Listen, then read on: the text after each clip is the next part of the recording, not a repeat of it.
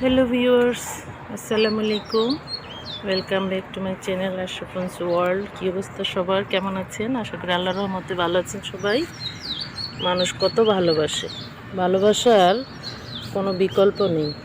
আমি একটা জিনিস শেয়ার করার জন্য আজকে এই ভিডিওটা করলাম। এই যে দেখতে পাচ্ছেন চাল, আমি এখানে কয়েক ধরনেরই চাল রৌদ্র দিয়েছি যাতে পোকা না হয়ে যায়।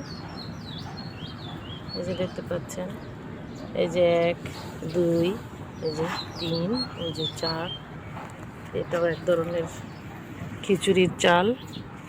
সবই গিফট পেয়েছি, রিলেটিভসরা দিয়েছে ভালোবেসে খিচুড়ি খাওয়ার জন্য। ভাবলাম রৌদ্র দেই, স্কুল বন্ধ, ছুটিটাকে কাজে লাগাই। রোজার আগে আগে রোজা রেখে তো এগুলো করা সম্ভব না রৌদ্রের মধ্যে। এই যে দেখতে পাচ্ছেন সব মশলা ধুয়ে রৌদ্র দিয়েছি।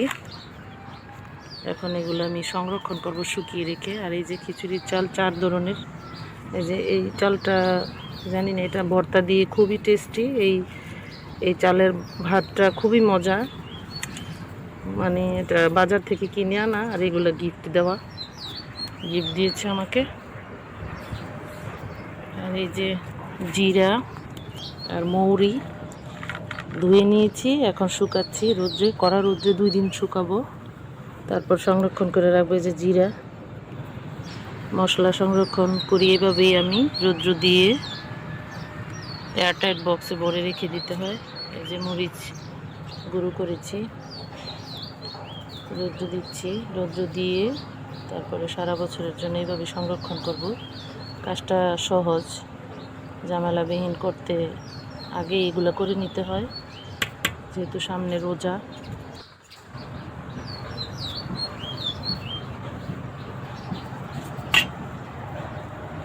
আর এই যে এখানে ধনিয়া, গোটা ধনিয়া ধুয়ে শুকিয়ে নিয়েছি। মশলার মুখগুলোর মধ্যে অনেক ময়লা থাকে, ধুয়েছি, শুকাবো এখন। শুকিয়ে তারপরে এগুলোকে আমি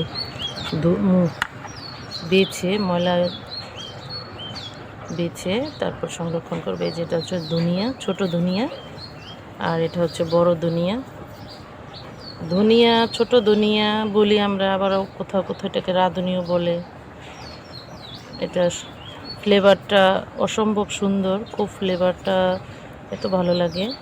এটা সবজিতে, চাট মশলা, তারপরে হালিম, এ জাতীয় পাঁচমিশালি ডাল, খিচুড়ি, এগুলোর মধ্যে এই ছোট ধনিয়াটা ইউজ করি, খুবই ভালো লাগে। এটাকে শুকিয়ে হালকা তেলে গুঁড়ো করে নিব। এই যে রোজা আসতেছে সামনে, টক জাতীয় আইটেমগুলোতে এই ছোট ধনিয়াটা ইউজ করি। আর এই যে গোটা ধনিয়াটা, এটাকে গুঁড়ো করে নিব।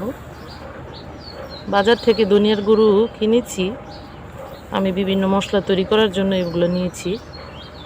বাজারে গুঁড়া ধনিয়া পাওয়াই যায়। ভিডিওটা কেমন লেগেছে কমেন্টস করে জানাবেন।